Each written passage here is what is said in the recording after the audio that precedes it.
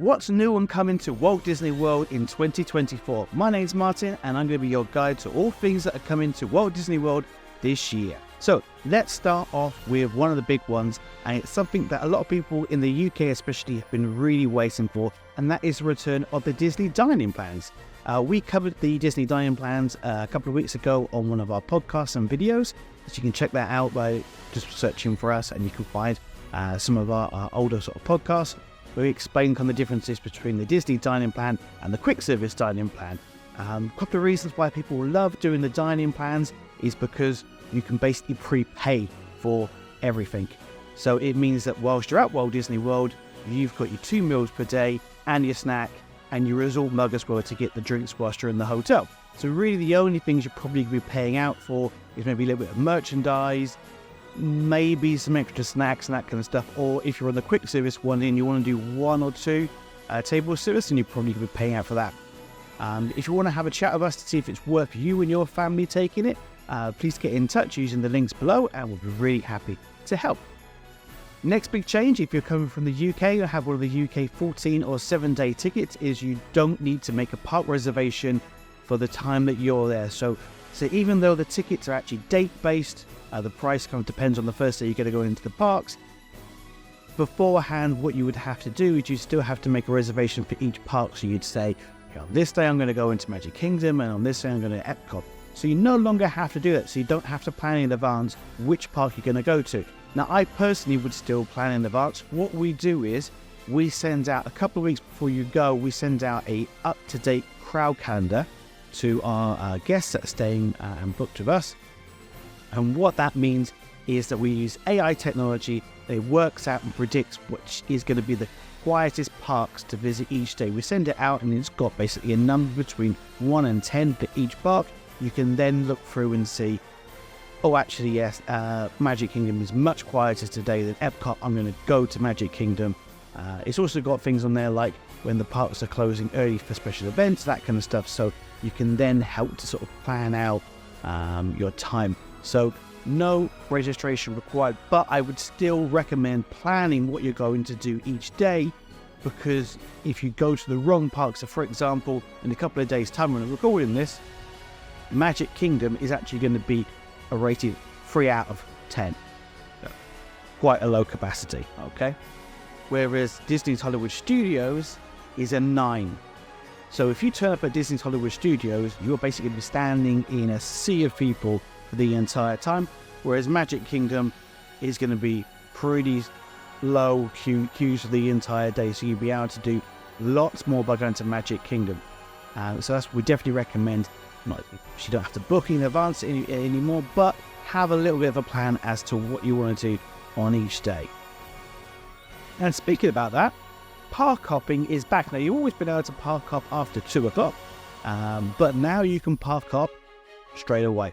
So you can literally go into Magic Kingdom, go and do 1 ride, and then jump on the monorail and head up to Epcot, or jump on a bus and go over to Hollywood Studios, and you can do that straight away. So you no longer are restricted to wait until 2 o'clock. I think what a lot of people were a bit frustrated with that was that if you'd been into the park quite early in the morning, if you'd had the early theme park hours for hotel guests and you were getting there at 7:30 in the morning, by 2 o'clock you were kind of ready to move parks. And what it would also do is, that might be a little bit of a bottleneck, is that everyone then tries to get there for 2 o'clock. The transportation in between the parks didn't start until 1:30.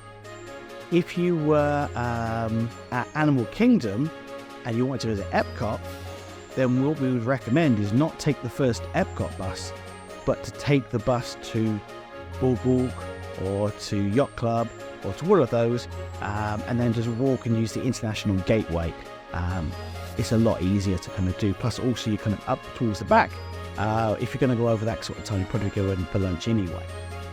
So fantastic. No longer need to wait until 2 o'clock to park hop.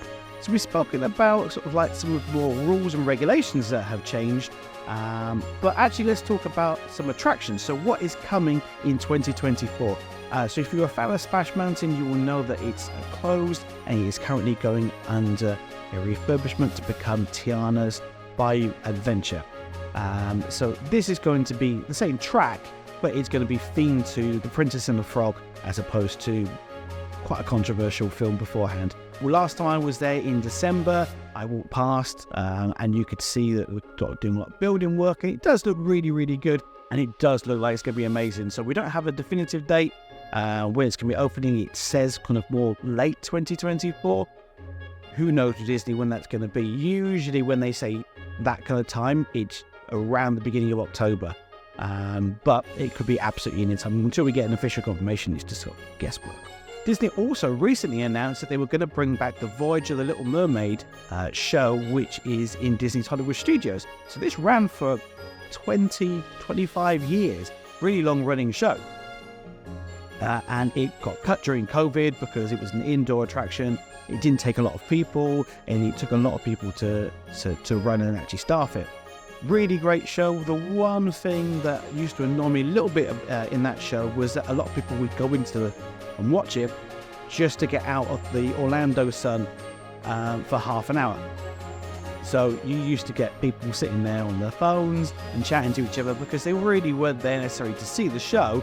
They just wanted to get out of the sun and go into some air conditioning, and this was a way of sitting down out of the sun. So hopefully, especially when it first opens, people are actually going to go on there to watch the show. And it was a really nice show, a really kind of cute show.